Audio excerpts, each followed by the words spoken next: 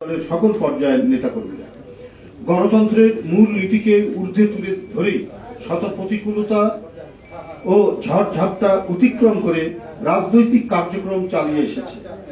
স্বজাতির সব ধর্ম ও বর্ণের সজ্জন মানুষ ও বিভিন্ন শ্রেণী পেশায় যুক্ত যে সমস্ত ব্যক্তিরা এই দলের সদস্য হতে পারে। সমাজ বিরোধী কোনো ব্যক্তি, দখলবাজ, চাঁদাবাজদের স্থান এই দল বরদাস্ত করে না। বিএনপির নাম ভাঙিয়ে কেউ অরাজকতা, বিশৃঙ্খলা সৃষ্টি করতে পারে, কিন্তু দল যখনই এই ধরনের কোনো ঘটনা অবহিত হয় তখনই তাদের বিরুদ্ধে সাংগঠনিক ব্যবস্থা গ্রহণ করতে দ্বিধা করেনি। বিএনপি জন্মলগ্ন থেকেই গণতান্ত্রিক সংবিধান ও সুশাসনের জন্য আইনি ও প্রাতিষ্ঠানিক কাঠামো নির্মাণ করার মাধ্যমে ন্যায় বিচার নিশ্চিত করা এবং এর জন্য যখনই আবার সেটা বিপন্ন হয়েছে তখন তার জন্য নিরবচ্ছিন্ন সংগ্রাম করে এসেছে। এই দল মনে করে একটি আদর্শ রাষ্ট্র ও সমাজে নেতৃস্থানীয় মানুষদের যোগ্যতা, দক্ষতা, ন্যায়পরায়ণতা, সৎ ও মানবিক গুণাবলী থাকা অনেক গুরুত্বপূর্ণ বিষয়। বিএনপি যতবারই ক্ষমতায় এসেছে ততবারই উল্লিখিত বিষয়গুলোকে অগ্রাধিকার দিয়েছে। জাতীয়তাবাদী শক্তির সমবেত ধ্বনি হচ্ছে সুশাসন ও ন্যায় বিচার নিশ্চিত করা। বর্তমান সময়ে নানাবিধ সামাজিক অপরাধের বিভিন্ন মাত্রার প্রকাশ দেখা যাচ্ছে। প্রশাসনিক স্থবিরতার কারণেই মব কালচারের প্রকোপ বৃদ্ধি পাচ্ছে। অবৈধ কালো টাকা এবং গোপন অপতৎপরতার প্রভাবে মব কালচারের নামে সমাজে বিশৃঙ্খলার চেষ্টা চলছে। আবার অন্যদিকে অত্যন্ত পরিকল্পিতভাবে প্রযুক্তি ব্যবহার করে স্বার্থান্বেষী মহল বিএনপির নামে সামাজিক যোগাযোগ মাধ্যমে নানা অপপ্রচার চালাচ্ছে। এই পরিকল্পিত অপপ্রচার, অপতৎপরতা কৃত্রিমভাবে তৈরি সামাজিক অশান্তি ও গণতন্ত্রের পথ চলাকে বাধাগ্রস্ত করা এবং নির্বাচন পেছানোর সুদূর প্রসারী পরিকল্পনা বলে জনগণ মনে করে। শেখ হাসিনার আমলে অদ্ভুত উন্নয়নের বয়ানের মতো এখন নির্বাচন পেছানো নিয়ে নানা ধরনের বয়ান দেয়া হচ্ছে। সাংবাদিক বন্ধুরা, বিএনপির নাম ভাঙিয়ে যারা অপকর্মের সাথে জড়িত তাদের বিরুদ্ধে তাৎক্ষণিকভাবে দল থেকে সাংগঠনিক ব্যবস্থা গ্রহণ করে আসা হচ্ছে। দলের ভেতরে থাকা অপকর্মের সাথে যুক্ত হলে, দলের ভেতরে থাকা কোনো ব্যক্তি অপকর্মের সাথে যুক্ত হলে তাকে কোনোভাবেই ছাড় দেওয়া হচ্ছে না। ইতিমধ্যে বেশ কিছু নেতাকর্মীকে বহিষ্কার, অব্যাহতি প্রদান, পদ স্থগিত, কারণ দর্শানোর নোটিশ প্রদান করা হয়েছে। আমরা লক্ষ্য করেছি দলের পক্ষ থেকে এহেন চলমান সাংগঠনিক ব্যবস্থার বিষয়ে গণমাধ্যমে খুব একটা উল্লেখ করা হয়নি।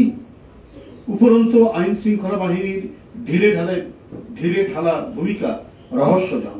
দলের পক্ষ থেকে বারবার অপরাধী ও বিশৃঙ্খলাকারীদের বিরুদ্ধে আইনি ব্যবস্থা গ্রহণের জন্য বলা হলেও প্রশাসন নির্বিকার থাকছে। আমরা অনেককেই বলছি, টেলিফোন করে বলছি যে এই, এবং তারা বিএনপির নাম ভাঙিয়ে কাজ করছে, কিন্তু আমরা পুলিশ প্রশাসন বা প্রশাসনের কাউকে বললে পরে তারা নানা অজুহাত দিয়ে সেটাকে ডাইভার্ট করার চেষ্টা করছে। এর কারণ কি আমরা বুঝতে পারছি না।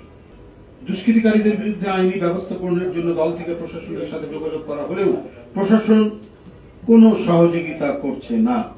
অন্তর্বর্তীকালীন সরকার ক্ষমতাসীন হওয়ার পর থেকে এখন পর্যন্ত পুলিশ প্রশাসন খুব একটা সক্রিয় হয়নি, বরং কোনো কোনো ক্ষেত্রে কেউ কেউ উদ্দেশ্য প্রণোদিতভাবে কল কাঠি নাড়ছেন বলে স্পষ্টত প্রতীয়মান হয়। এরকম পরিস্থিতি চলতে থাকলে সমাজ, সংস্কৃতি, সভ্য আচরণ বিপন্ন হয়ে পড়বে। প্রশাসনিক এই নিষ্ক্রিয়তার কারণে জনগণের এখন জীবন মরণের প্রশ্ন। গণতন্ত্রের স্থায়ী পুনরুজ্জীবন ও ঐতিহাসিক সার্থকতা নির্ভর করছে রাষ্ট্র সমাজে শান্তি ও স্থিতির উপর। আর এক্ষেত্রে দক্ষ প্রশাসন অতীব জরুরি। কিন্তু আওয়ামী আমলের কালো টাকা ও তাদের দোসরদের আন্ডারগ্রাউন্ড তৎপরতার কারণে দুষ্কৃতিকারীরা আশকারা পাচ্ছে এবং সমাজে নৈরাজ্য তৈরির সম্ভাবনা সৃষ্টির আলামত দেখা যাচ্ছে, যেটার আমরা ঘোর বিরোধী। আমরা বারবার এই বিষয়গুলি তুলে ধরেছি আপনাদের মাধ্যমে, কিন্তু প্রশাসন এ ব্যাপারে শক্ত ভূমিকা রাখবে, তারা সেটি রাখছে। এই ধরি মাছ না ছুঁই পানির মতো তাদের আচরণ। কিন্তু প্রশাসনকে বলার পরেও তাদের তো উদ্দেশ্য, আমরা ওরা বিএনপির নামে করছে, আমরাই বলছি বিএনপির পক্ষ থেকে যে এদেরকে ধরুন, এবং যারা নানা রঙে, নানা কালারে এবং বিভিন্ন জায়গায় আরো বিভিন্ন রাজনৈতিক দলের নেতাদের কথা শোনা যাচ্ছে, তাদেরকে তো একবারেই সম্পূর্ণরূপে ধরাছোঁয়ার বাইরে। তো এটা কি হতে পারে? একটি রাজনৈতিক দলের একটি কর্মী সভার মধ্যে পুলিশ কর্মকর্তা পোশাক পরে বক্তৃতা করছে। এটা আওয়ামী লীগের আমলে এটা সম্ভব, এখন কি করে এটা সম্ভব? এই ঢাকা মহানগরীতে এই ঘটনা ঘটেছে। এটা হতে পারে একটা পুলিশ অফিসার, একজন প্রশাসনিক কর্মকর্তা, সে ছাত্র জীবনে যে কোনো ছাত্র সংগঠন করতে পারে, তার রাজনৈতিক আদর্শ থাকতে পারে, কিন্তু তার কর্তব্য বাস্তবায়নের সময় সে কখনোই তার রাজনৈতিক ইচ্ছা এবং আদর্শের কথা প্রতিফলন করবে না। বললাম তো সেটা। তো এখন কেন এটা? এটা তো আমরা দেখেছি মুজিব কোট পরে এসপিকে বক্তৃতা করতে আওয়ামী লীগের আমলে। তো এখন কেন সেই অবস্থা? আরেকটি ভিন্ন একটি সংগঠন, এটা তো সম্পূর্ণরূপে চাকরি বিধির পরিপন্থী। এই যে নিজেকে জাহির করা, আমি অমুক দলের লোক। আজকে একটি পরিবর্তন ঘটেছে, একটা দানবীয় সরকার পতন হয়েছে। এখন তো আইনের শাসন। আইনের শাসন মানে যারা আইন প্রয়োগকারী সংস্থা, যারা প্রশাসনিক ব্যক্তি, তারা নিরপেক্ষ আচরণ করবে, তারা যথার্থ আচরণ করবে, যাতে সমাজের কোনো মানুষ আইনের আশ্রয় নিতে গিয়ে বঞ্চিত না হয়, রাজনৈতিক কারণে সে যাতে কোনোভাবেই বঞ্চিত না হয়। সেটাই তো হচ্ছে আইনের শাসন। সেটা না নিয়ে ইউনিফর্ম পরা পুলিশ যদি একটি রাজনৈতিক দলের কর্মী সভায় বক্তৃতা করে, এটা তো বিপজ্জনক। এটাই তো নৈরাজ্য ধেয়ে আসার সম্ভাবনা রয়েছে।